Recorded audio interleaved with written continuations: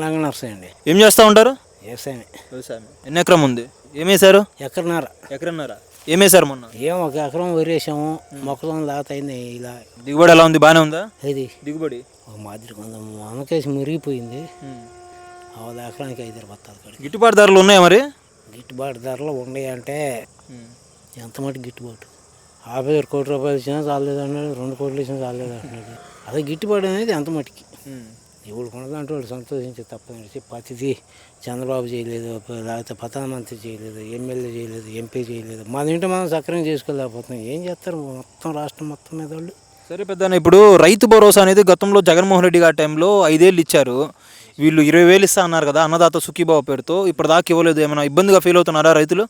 మాకైతే పెద్ద ఇబ్బంది అనిపించలేదు. ఎందుకోసం అంటే సాధ్యంగా జగన్మోహన్ రెడ్డి మాకే పెద్ద కొడుకు కాదు, ఈయన చిన్న కొడుకు కాదు.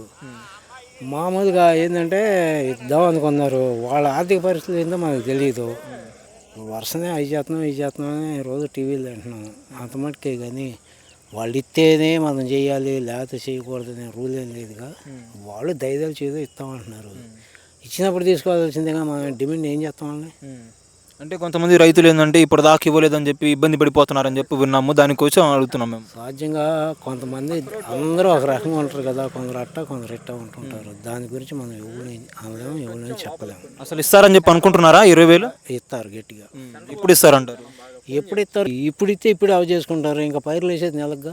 పైర్లు వేసినప్పుడు ఇచ్చాడు అనుకో, దానికి ఉపయోగపెట్టుకుంటారు, పంట వచ్చింది. అంటే కేంద్ర ప్రభుత్వం ఇచ్చింది కదా 6,000. వాళ్ళు ఎప్పుడైతే ఇస్తారో అప్పుడే నేను కూడా ఇస్తానని చెప్పి చంద్రబాబు నాయుడు గారు చెప్పారు. 3 దఫాలుగా ఇస్తారంట. జగన్ హయాంలో ఎలాగా 3 దఫాలు ఇచ్చారా లేకపోతే ఒకేసారి ఇచ్చారా? ఆయన 2 దఫాలకు ఇచ్చారు. 2 దఫాలు. ఎప్పుడెప్పుడు ఇచ్చేవాళ్ళు ఆయన? అవి అన్నీ మాత్రం నాకు తెలియదండి. అంతగా తెలియదు. 2 మాటలు మాత్రం వేసాడు. ఒకసారి 5,000 6,000 వేసాడు. ఒకసారి 6,000 7,000 వేసాడు. ఆయన కూడా ఆయన హయాంలో మరి మీకు 5 ఏళ్ళు వచ్చిందా? 5 ఏళ్ళు వచ్చింది. ఏం కోతలు ఏం లేవు. ఇప్పుడు కూడా వస్తే బాగుండింది అనుకుంటున్నారు. ఎవడైనా వస్తే బాగుంది అనుకుంటా. వద్దని ఎందుకు అనుకుంటాం? మరి చేస్తారని చెప్పి అనుకుంటున్నారా? అనుకుంటున్నాం, చేస్తారని అనుకుంటున్నాం. అయితే చంద్రబాబు నాయుడు గారు 20,000 నేనే ఇస్తానని చెప్పి అన్నాడు కదా. ఇప్పుడు కేంద్ర ప్రభుత్వం దగ్గర నుంచి 6,000 తీసుకుని 14,000 ఇస్తానని చెప్పి అంటున్నారు. అట్టేం కాదు. ఆయన అందు కూడా నేను టీవీలో ఉన్నాను. జగన్మోహన్ రెడ్డి గారు ఇస్తా అని చెప్పి కేంద్రం ఇచ్చే 6,000, ఈయన 7,000 ఇచ్చి 13,000 ఇచ్చాడు. నేను 14,000, కేంద్రం ఇచ్చే 6,000, 20,000 కలిపిస్తా అన్నాడు. 2 తపాలకి ఇస్తా, 3 తపాలకి ఇస్తారు. అదే మాట నేను వెళ్ళా. అది ఆయన మాత్రం ఇస్తానని చెప్పి అన్నాడు. ఇస్తా అన్నాడు. అయితే ఇప్పటికైతే రైతులకైతే ఎటువంటి ఇబ్బంది లేదు. ఆయన ఇప్పుడు ఇస్తే అప్పుడు తీసుకుంటూ ఉంటారు, అంతే కదా. కొందరు అంటే ఇప్పుడు ఇచ్చి మళ్ళీ ఇచ్చినా తీసుకుంటా ఉంటారు. ఇచ్చేవాళ్ళు ఉండాలి కదండి. ఇప్పుడు ఇస్తే మనం ఎవరు కాదను. వాళ్ళ దగ్గర కూడా ఫండ్స్ ఉండాలిగా రిలీవ్ చేయాలంటే. సరే పెద్దనా, ఇంకోటి ఏంటంటే ఇప్పుడు మన మిర్చి రైతులకు సంబంధించి గుంటూరు మిర్చి అడ్లు అక్కడ బాగా రేట్లు పడిపోయినాయి అని చెప్పి అంటున్నారు. గతంలో రేట్లు ఎక్కువ, ఇప్పుడు రేట్లు పడిపోయినాయి అంటున్నారు. ఎందుకు రేట్లు పడిపోయినాయి అంటారు? దానికి కారణాలు ఏమై ఉంటాయి? కారణాలు ఏమైంది అంటే, ఒక మాటలో చెప్పాలంటే, ఎప్పుడు ఒకలాగుంటే రైతు లాసు పాడు ఏం చేయదుగా. ఎగుడు దిగులు అన్నీ ఉంటుంటాయిగా. జగన్మోహన్ రెడ్డి గారు 151 సీటు వచ్చినట్టు ఇవాళ 11 సీట్లు కింద పడిపోయాడు. ఆయా చంద్రబాబుకి 20 సీట్లు వచ్చినాయి. ఇవాళ 160 సీట్లు ఎన్ని వచ్చి ఇవాళ కిందకు వచ్చినాయి. ఇవన్నీ హెచ్చు తగ్గులు మామూలుగా జరుగుతూ ఉంటుంటాయి. మనం దాని గురించి వైసీపీ వాళ్ళు ఏం చెప్తున్నారంటే చంద్రబాబు నాయుడు గారి చేతగాని తరం వల్లే అక్కడ మిర్చి రైతులకి గిట్టుబాటు ధర రావట్లేదు, లేకపోతే పసుపు రైతులకు గిట్టుబాటు ధర రావట్లేదు అని చెప్పి అంటున్నారు. నిజంగా ఈయన సమర్థత వల్ల మీకు నష్టం వస్తుందా, లేకపోతే ఇంకేమైనా వేరే వేరే కారణాలు ఉంటాయంటారా?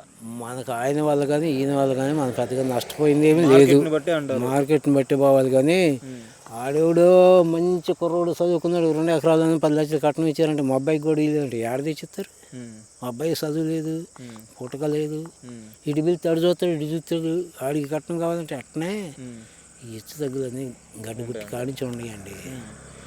మనం దాన్నే ఫీల్ అయ్యి చెప్పాలంటే ఒకళ్ళ మీద దేశం పెంచుకున్నట్టు ఒకళ్ళు ఇష్టమైనట్టు కాదు. మనకి ఎప్పుడు ఏం జరిగినా కుడి వెనక పద్ధతిగా ఉండాలి, అంతేగాని దాని గురించి ఏదో చంద్రబాబు అట్ట జగన్ ఇట్ట అనేది నా మనసు అయితే ఇప్పుడు ఒప్పుకోదు. సరే పెద్ద, ఇప్పుడు కూటమి ప్రభుత్వం వచ్చేసి 11 నెలలు అవుతా ఉంది కదా. 11 నెలల కాలంలో మీకు మార్పులు కనిపించా? బాగుందా? ఆ ప్రభుత్వం బాగుందా, ఈ ప్రభుత్వం బాగుందా? ఆ ప్రభుత్వం బాగుందా, ఈ ప్రభుత్వం బాగుందా అంటే నేను ఎక్కువగా చెప్పకూడదు కానీ మీకు ఎట్టుంది అసలు? మా ఆలోచన మాకుంది. నేను కాదనట్లా. ఇప్పుడు బాగుందంటే ఈ చేస్తే ఇది మంచిగా మళ్ళీ ఇంకోసారి ఓట్లు వేస్తారు. ఏం చేయలేదు అనుకో, ఏదన్నా ఆయన బెటర్ అని మళ్ళీ ఆయనకి వేస్తారు. ఎవరైనా ఏదైనా జరిగేది అంతేగా. మామూలుగా మనకి ఏం జరగాల, ఎట్లా జరగాల అనేది అనుకుంటాం కానీ ఇంకా ఎట్ట పడితే అట్లా మాట్లాడుకుంటే అది మన మనసుని కాగా. ఓకే. ఈ 11 నెలల కాలంలో కొన్ని మార్పులు ఏమైనా కనిపించినా అంటే రోడ్లు వేయడం కానీ ప్యాచ్లు వేయడం కానీ అలాంటివి ఏమైనా కనిపించినాయి మీ ఊళ్ళలో? అంటే కూటమి ప్రభుత్వం వాళ్ళు చెప్పుకొచ్చారు మేము రోడ్లు వేస్తున్నాం అది ఇది అని చెప్పేసి, దానికి సంబంధించి ఏమైనా కనిపించినాయా? నేనేమో ఈ ఊరులు పెట్టి ఏ ఊరు పోయేవాడిని కాదు, నాకు చదువు లేదు, మనం ఏ ఊళ్ళు పెద్దగా తిరగలేదు, ఆడ చేసాడని చెప్పలేము, ఇక్కడ చేయలేదని చెప్పలేదు. తెలా రోడ్డు మాత్రం అంతకుముందు దందాన ఉండే మా అత్తగారి ఊరు, ఇప్పుడు మాత్రం బాగా బాగా బాగు చేశాడు అసలు. ఓకే, అది 10 ఏళ్ళ నుంచో 15 నెలల నుంచో అలానే ఉందనుకుంటా రోడ్డు, ఇప్పుడు బాగుంది. 15 ఏళ్ళ నుంచి ఎందుకు ఉండదు కానీ కొద్ది రోజుల్లో కొద్దిగా అట్టంటి ఇప్పుడు జగన్మోహన్ రెడ్డి గారు ఉండే తవ్వకం వచ్చింది, చెప్పండి. అది తప్పు అనకూడదు మనం అట్ట. సో ఇప్పటికైతే సంతృప్తికరంగానే ఉన్నారా ఈ ప్రభుత్వ పనితీరు పట్ల? కొందరు సంతృప్తిపరంగా ఉంటారు, కొందరు అసహ్యంగా ఉంటారు, అవన్నీ సాధ్యంగా ఎప్పుడు జరుగుతుంది. ప్రభుత్వాలు అనగా అలా జరుగుతూ ఉంటాయి అంటారు. మన ఇంట్లో మన కొడుకులు నలుగురు ఉంటే ఇద్దరు ఒక మాట ఉంటే ఇద్దరు ఒక మాట అంటారు, ఇద్దరు ఎదురు పోదాం అంటే ఇద్దరు కూడా ఉన్నారా అంటారు, ఇవన్నీ సాధ్యంగా జరుగుతుండే కదా, మనం కాదని అట్లా చెప్పి. సరే పెద్ద, ఇప్పుడు రాజు అనేది చాలా కీలకమైన అంశం కదా, మన రాష్ట్రానికి ఉద్యోగాలు కావాలన్నా లేకపోతే మన పిల్లల భవిష్యత్తు బాగుండాలన్నా మొత్తం కూడా అమరావతిని 3 ఏళ్లలో కంప్లీట్ చేస్తామని చెప్పి అన్నారు. 3 ఏళ్లలో అవుతుంది అంటావా? అదే వచ్చే డబ్బుని బట్టి చేస్తారు. 3 ఏళ్ళు అంటే మన ఏదన్నా ఒక 50 ఏళ్ళు సంద అడిగారు అనుకో, మన వాటి కనపడడం, మరి డబ్బులు లేనిది ఏడు నుంచి వచ్చి చేస్తారు, ఎవరైనా సరే చెప్పు. డబ్బులు వస్తే మాత్రం అయిపోద్ది అంటావు? డబ్బులు వస్తే ఎవరైనా చేస్తారు, చేయకుండా ఎట్టుంటారు. అంటే మోదీ గారు మనకి ఇస్తామని చెప్పి అంటున్నారు కదా, ఇస్తారంటావా మరి ఈసారి? ఇస్తామని చెప్పి పోయినసారి కూడా ఇస్తామన్నాడుగా, ఇచ్చాడా? సరే ఈసారి ముందు జరిగింది ఎడ జరిగిందో పొరపాటుకు రాపోవటం, ఈసారి ఇంకా మరి ఎక్కువగా ఇస్తాడు, మనం కాదని చెబుతాం.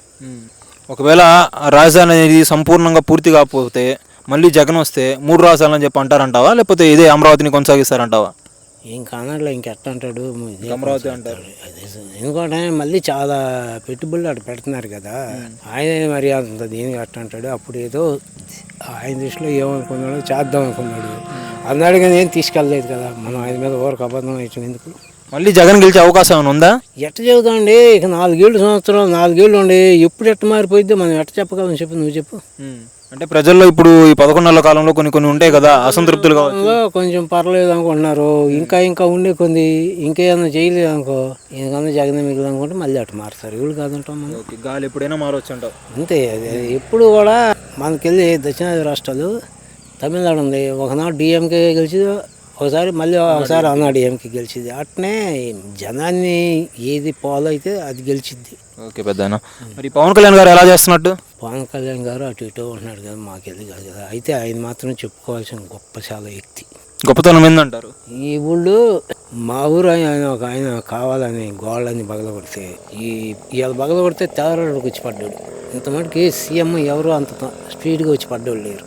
పడి వాళ్ళని వీళ్ళని రెడ్లని లేదు, గౌన్లని లేదు, నాయుళ్ళని లేదు, అసలు ఎవరికైనా సరే ఎవడు ఇల్లు పడేసిన అంత పడేసిన కూడా వాళ్ళకి ₹1,00,000 ఇచ్చేది. అందరికి 1,00,000 ఇచ్చారు. మొత్తం ఎంతమందికి ఇచ్చారు? 40 మందికి ఇచ్చారు. 40 మందికి స్పాట్లోనే ఇచ్చేశారు. చెక్కులు ఇచ్చాడు. ఓకే, ఆఫీస్కి పోయి డబ్బులు చేసుకున్నాడు, ఆ చెక్కు తీసుకెళ్ళి బ్యాంకులు వేసి మార్చుకున్నాడు. అంటే అది కక్షపూరితంగా చేసినట్టేనా అది? అంటే మీ పడగొట్టడం మొత్తం కూడా మా ఊరికి మాత్రం కచ్చిపూర్తంగా చేయటమే. అంటే మీరు స్థలాలు ఇచ్చారని చెప్పి మీటింగ్ పెట్టడం కోసం వాళ్ళ ఉద్దేశం జగన్మోహన్ రెడ్డి దాకా పోయిందో లేదో నాకైతే తెలియదు ఈ మాట. మా ఊళ్ళో వాళ్ళు మాత్రం ఖర్చు కోసమే చేశారు. అది మాత్రం దాంట్లో పవన్ కళ్యాణ్ గారు స్పందించిన విధానం అయితే చాలా బాగుందంటారు. ఆయన అయితే గుర్తుంచుకుంటా ఉంటారు ఎప్పుడు ఉంచుకుంటాం. మీకు కూడా వచ్చినాయా 1,00,000? ఓకే అండి, థ్యాంక్ యూ. నాకు కూడా వచ్చి ఇచ్చారు. ఆ లచ్చదోడు ఇంకో లచ్చరే నువ్వు కొద్దిగా ఇవ్వాలంటే ఏదో గ్రామం తరపున ఆయన ఏదో చేస్తా అన్నట్లంటే ఆ లచ్చ